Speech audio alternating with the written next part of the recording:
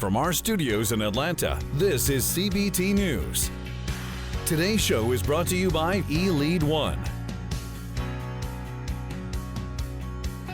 And here now, Bridget Fitzpatrick and Joe Gum.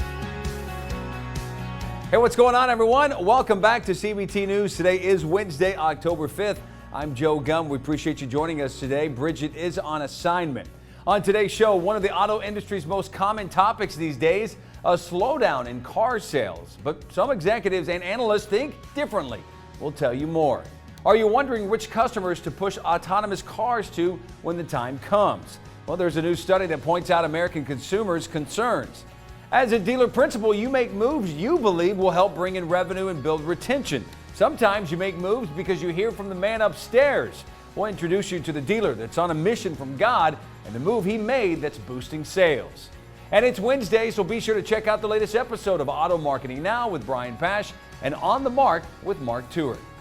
All right, don't forget to mark it on your calendar. Remind yourself on your laptop, maybe even remind yourself on this little thing, fax it to you, maybe page you the date. Someone can do that. It's the CBT Conference and Expo, March 7th through the 9th at the Hyatt Regency here in Atlanta. It's 3 days packed with solutions for your entire dealership, covering every aspect: leadership, management, technology, and marketing. With keynote speakers like John Acuff, Gary Vaynerchuk, Google's Peter Leto, Dr. Nicole Lipkin, and Scott Stratton, plus many more you do not want to miss. Also speaking at the conference will be all the great speakers and trainers you hear and see right here on CBT, like Mark Tewart, David Kane, Brian Pash, Becky Chernick, Corey Mosley, David Lewis, Jeff Cowan, and Tom Stuker. So check out all the information online and register at cbtconferenceandexpo.com.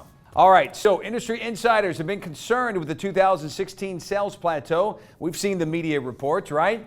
After a 6-year run of sales gains, it's been looking like the U.S. auto industry has passed its peak. But according to Bloomberg, some executives and analysts say there may be more room to run.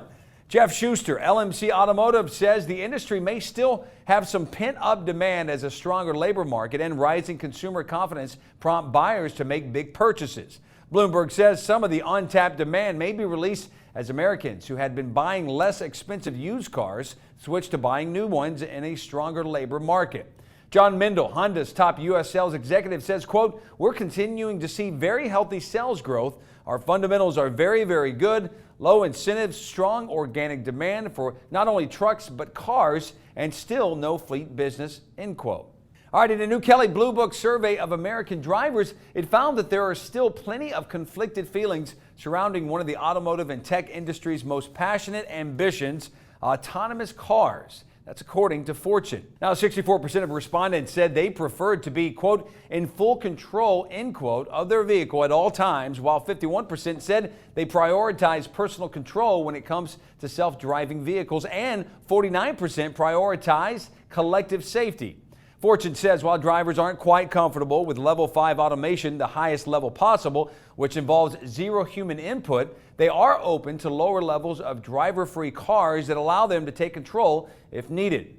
Carl Brower, senior analyst for Kelley Blue Book, says, quote, "Much is still unknown about fully autonomous vehicles, including how they would react in emergency situations, but the lower level options are gaining steam, with many Americans interested in purchasing vehicles with level 2 semi-autonomous features," end quote. Okay, so each week we bring you Auto Marketing Now with Brian Pash. This week, Brian talks about creating website content to give your dealership more visibility online for fixed ops. Take a look. So what I wanted to do is show you how easy it is to add those critical content pages to your website. And if you're involved with third-party review sites like DealerRater, or if you're a RepairPal certified dealer, I'm going to show you how to supercharge your fixed operations content pages with third-party reviews and price validation to get more local consumers to choose your dealership for their next service. All right, also on this episode, Brian is going to show you how easy it is to add content to social media campaigns for fixed ops to your website as well. Make sure you check out his show right after this one. All right, coming up next, he made a move for his dealership that got people asking the question, how many sales did you lose? Well, he didn't lose, but improved his sales. Next, we'll tell you what this dealer in Honolulu, Hawaii did, plus a preview of On the Mark with Mark Tuert. Reach more car buyers on the right sites at the right times with the right messages right now. Unleash your digital advertising with CDK Global. Hello, I'm David Kane. Please join me here each Thursday on Kane & Company on the CBT Automotive Network, and we'll talk to industry experts on everything going from sales to employment to all the changes in the industry that will make your dealership better. His own marketing rep said, quote, "I don't think you should do this," end quote.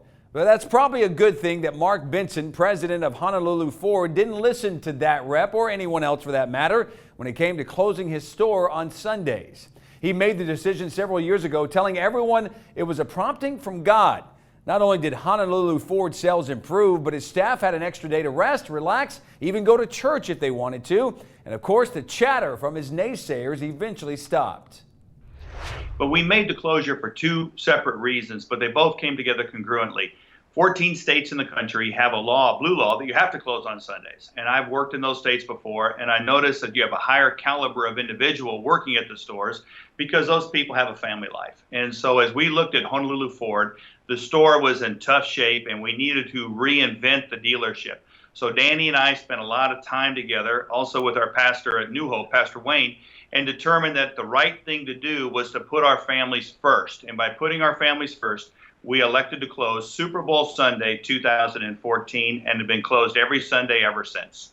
Okay, so Danny, what was the response you got from not only your competitors, because I'm sure they chimed in, but also just the people in the community, people from church, and then of course your staff?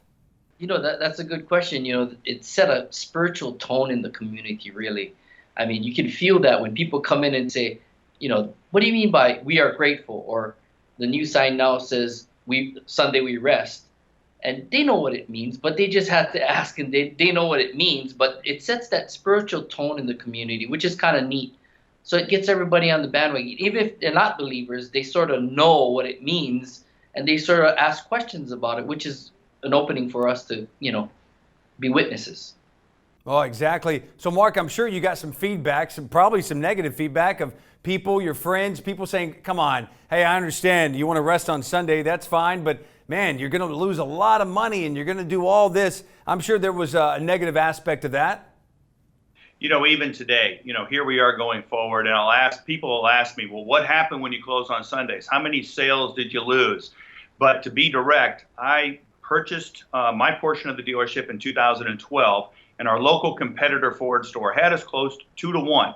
And in 2014, after closing February the 2nd, our sales went up. We beat them by over 300 units. 2015 beat them by close to 400 units. And this year, we're tracking close to 400 units again. So you don't want to see somebody else go down, but I've had a lot of my competitors call and say, hey, how much money do you save by closing on Sunday? And indeed, a few of the local dealers have tried to close on Sunday, and they've turned around and reopened. And I've been very direct with them. If you're trying to ask the question, how much am I going to save, you're framing the question inappropriately, because it's not going to work for you.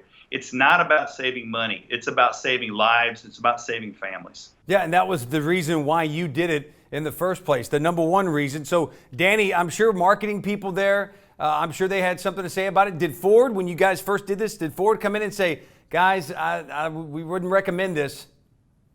Oh, yeah, exactly. In fact, our market rep, well, it's joint now, sales and service and parts, but our market rep said, yeah, wow, I don't think you should close on Sundays. And, you know, it put more of a conviction on me, you know, to close on Sunday, because the word says, you know, it says right there, one of the 10 commandments, you know, keep the Sabbath holy, you know, and that's what we're trying to do, is be obedient. Well, good for Mark and Danny, his GM, and his entire team in Honolulu. They also started a broadcast channel. They're putting content of 8 local churches on TV, on demand on Oceanic Cable. So good for them. Okay, so another great show we bring you each Wednesday is On the Mark with Mark Tuert. On today's show, Mark discusses tips for digital marketing and talks about the dangers of changing pay plans too often. Take a look.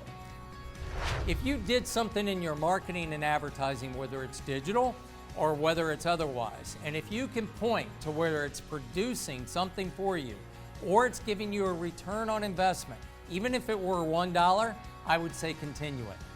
Listen, if you are doing something digitally and you can't truly measure 100% everything, but you can see that it's giving you a boost, you can see it's giving you more opportunities, it's creating more leads, then continue it. All right, there you go. Tune in On the Mark with Mark Tuitt right after this show. And while you're online, don't forget to connect with us on social media for more CBT news on Facebook, Twitter, Instagram, and LinkedIn for highlights of our shows, interviews, and so much more. Some of you have done that. We appreciate it. Let's swap content. Maybe one day you'll be right here and we can Skype you in with a great interview with your dealership and everything that's going on. I'm Joe Gum. I certainly appreciate you joining me today. We'll see you back here tomorrow. Have a great day.